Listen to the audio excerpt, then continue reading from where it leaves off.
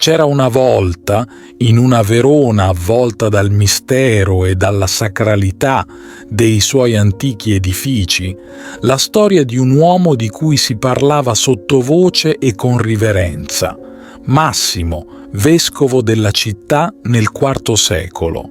La sua esistenza, avvolta nelle nebbie del tempo, era un enigma che affascinava sia i fedeli sia gli studiosi, ma le sue gesta e la sua fede erano incise nei cuori di coloro che lo veneravano.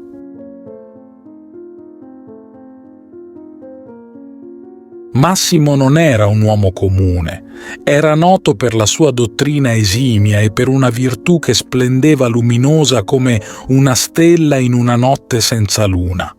Sebbene il suo nome non figurasse nel velo di classe, un antico e autorevole elenco dei vescovi di Verona, la sua memoria era ancora viva. Era come se, nonostante l'assenza di prove scritte, l'eco delle sue parole e delle sue azioni risuonasse ancora tra le antiche vie della città.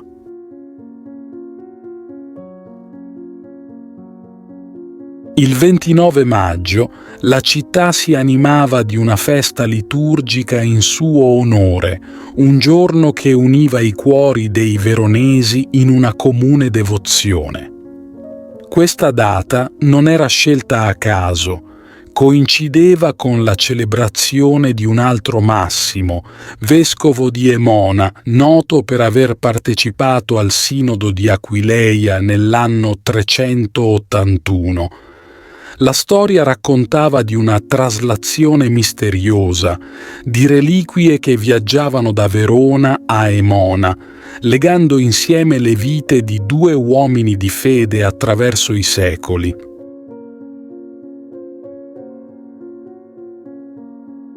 Ma era a Verona che la storia di Massimo si tingeva di leggenda. Narra la tradizione che, in momenti di grande bisogno, il vescovo apparisse in sogno ai fedeli, guidandoli con la sua saggezza e intercedendo per loro con preghiere potenti.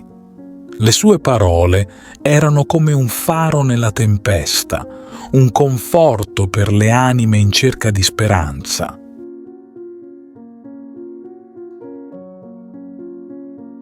Le litanie dei secoli XI e XII, invocate con fervore, erano testimonianza viva della sua eredità spirituale. In quelle preghiere, la comunità di Verona trovava unità e forza, ricordando il vescovo che aveva camminato tra loro, lasciando una traccia indelebile di benevolenza e saggezza.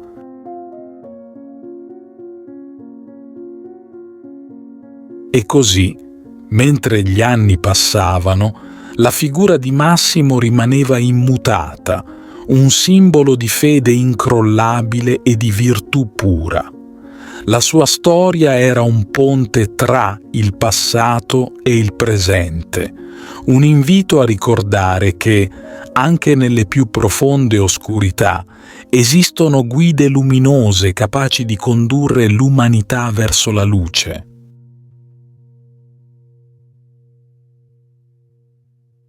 E in una Verona che cambiava, cresceva e si trasformava, la memoria di San Massimo continuava a essere una stella polare, un richiamo alla speranza, all'amore e alla possibilità di trascendere i propri limiti per toccare l'infinito. Ti invito calorosamente a iscriverti al nostro canale per darci supporto e permetterci di continuare a creare nuovi video che condividono storie ed esperienze ispiratrici. La tua iscrizione è un prezioso sostegno che ci motiva a condividere più contenuti di valore e a diffondere messaggi di speranza, fede e crescita personale. Grazie di cuore.